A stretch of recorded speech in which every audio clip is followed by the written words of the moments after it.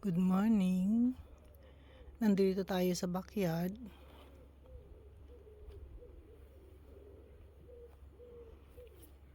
So, ang isi-share ko ngayon yung mga roses kasi nagbalikan na. Ito yung Rosarium Uttersen. Pag nag full bloom lahat yan, yung mga bagong yan. Ayan o. Ang ganda ulit. Tapos itong isa, namumulaklak na rin. Yung blackberries. Ayan o.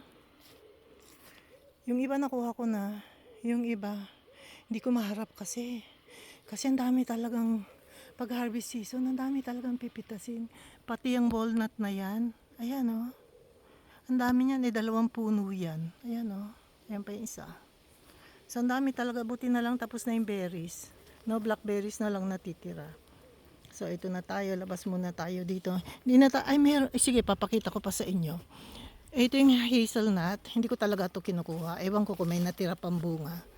O wala na. Ibig sabihin nun, kinuha na ng pangalan yan. Wala na. Kinuha na ng squirrel, no? Ang daming bunga niyan eh. So, wag na natin tignan. Ang dami kong hazelnuts. Di ko naman kinukuha, wala akong interest. Hinahayaan ko lang para sa mga diyan tayo galing. Ayan, no? Yan yung pinutol ko nung isang araw, ay nung isang linggo or last month. Ito na itsura ng garden pag ganitong summer. Ano na to? Ano ba yan? Midsummer or almost patapos na, September na eh. 3 weeks na lang, September na, 11 na ngayon. Ito na yung Eden Rose, nag-umpisa na naman, at saka yung Rhapsody in Blue. Mamumulaklak ulit yan. Ewan ko ilang beses, nagiba itong Tinanggal ko lahat ito. Dati ang dami ditong crocosmia. Tinanggal ko kasi hindi na namatay na nga yung isang rose dyan. Oh. So tahimik na. Ito naman, pang autumn tong bulaklak na to. Lalagyan ko yan ng ng brace para hindi ganyan nakadapa. Ayan, bumalik yung rose de Ritz. Ayan, bumalik siya. Pati ito, babalik ito. Ayan, ba't kaya malilit ng bulaklak niya? Ayan, ang dami. Ayan, pag namulaklak ulit yan, pag nagsabay-sabay sila, kasi pareho lang yan yung Rosarium Uttersen tsaka to, pareho lang to. No? Pag bumalik siya, pag may nahulog na apple, nilalagay ko dyan pagkain ng ibon para makita nila agad. Ito, to, snapdragon. Dito na tayo. Tingnan niyo yung kulay nito, halo-halo. Yung malalaking rose na yan, Cordes rose yan eh. Yan, tsaka yun. Mabango yung mga yan. Kasi anong binibili kong rose, mababango. Nakalimutan ko na mga pangalan nila. Kasi mga bago lang yan eh. Ito din, nakalimutan ko na pangalan niya. Dapat ito, puprune ko. Kailangan tanggalin yan, kakat mo yan para makarecover yon, no? Ito din. Pag lumabas na yung kalimang dahon, titigil ka na. So dito pinuputol, dito mismo, bago maglimang dahon. Ayan, nakita nyo, may 5 dahon. So, ganyan magputol ng rose, magtanggal ng bulaklak niya. Sa background, apple tree, hindi na tayo papasok dyan. Tapos ayan, may hydrangea puti, tsaka may phlox dyan. Okay lang yan sa akin. Tapos itong crocosmia, tsaka itong peach na rose, at tsaka kalendulang dilaw, at tsaka itong rose na to, no? So, masyado masukal dyan, lilinisin ko pa yan, siguro mamayang hapon, bago dumating yung anak ko. Ito na yung inuman, lilinisin ko din yan, inuman ng ibon. Ano ba yan? May crocosmiang naligaw. So, lipat na tayo kasi may bagong rose din dito. Patapos na yata. Oo, patapos na.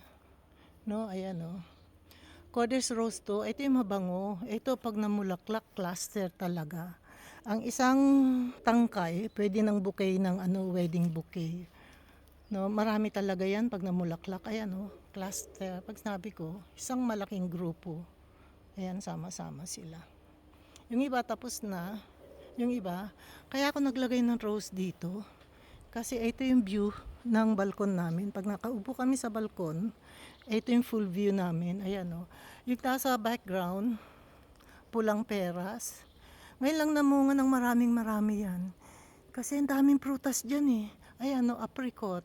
peach yung nasa likod. May isa pa palang bunga. Nandun, hindi ko na nakuha. Ang taas kasi. Peras. Itong plum, hirap ko na rin kunin. Ang dami pa rin bunga. Ayan o. Dami pa rin bunga. Ang dami ko nang nakuha dyan. Siguro 10 kilo na nakuha ko. Kasi halos every other day or every day, namimitas talaga kami. Kasi ang dami talaga. Sayang. Nakita nyo nga dati yan nakayuko. Ngayon nakaangat na. Kasi wala nang bunga eh. Aangat pa yan pag natapos na. Tapos itong attraction ngayon dito, itong pinakamaraming bulaklak. Limelight hydrangea ang tawag. Ayan o. Lalayo ako para makita nyo yung full view niya. Ang laki niya talaga. So matagal yan. Hanggang February nandiyan yan. Hindi yan aalis, hindi yan mahuhulog. Magluluma yung bulaklak pero hindi matatanggal. Hindi kagaya ng rose. Pag nagluma, nahuhulog yung wilted na bulaklak niya. Ito hindi. Ito nasa plum pa rin tayo kasi tuwan-tuwa ako. Ngayon lang kami nagkaroon ng maraming bunga na nagsawa kaming mamitas. Every year kasi namumunga yan. Pero hindi naman kasi dati ganyang kalaki yan eh. Kinakain ng squirrel tsaka mga ibon. Okay lang sa akin pag di ko nakuha. Tapos dyan sa likod dyan, ang daming prutas yan. Sabi ko apricot, peach, apple, pear, plum. Tapos may pear din dyan sa likod nitong limelight. Tapos dito may pangalan nito. May kiwi, peaches, 2 peaches yan eh, tsaka 1 plum. Yan ang mga prutas dyan sa likod. Kaya ang tawag ko fruit bearing trees. Parang isang trail ito eh, hanggang doon. Puro fruits lahat yan. Lahat ng left side, puro fruits lahat yan. No? Thank you. Salamat. Pag nagustuhan nyo, mag-like, mag-subscribe kayo, at saka mag-comment para makilala ko kayo. Ito na yung tubig nung umulan. Hindi pa naman umulan. Ito na yung last na tubig niya nung umuulan.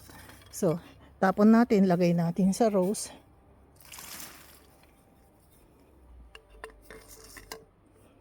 So, yan. May roses din yan. Hindi ko na yun natitrim kasi nasasapawan siya ng white rhododendron. Ayan o. Pag na-trim ko yan, mas malalaki, mas maganda bulaklak. So, ito na yung buong garden. Pag peak ng summer. Yan na itsura.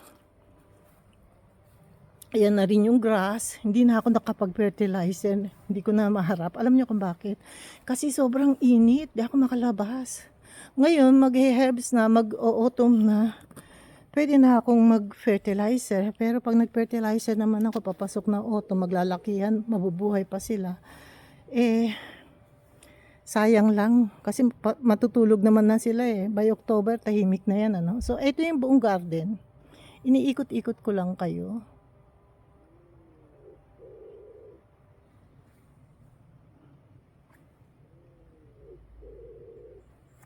Thank you so much. Bye and God bless.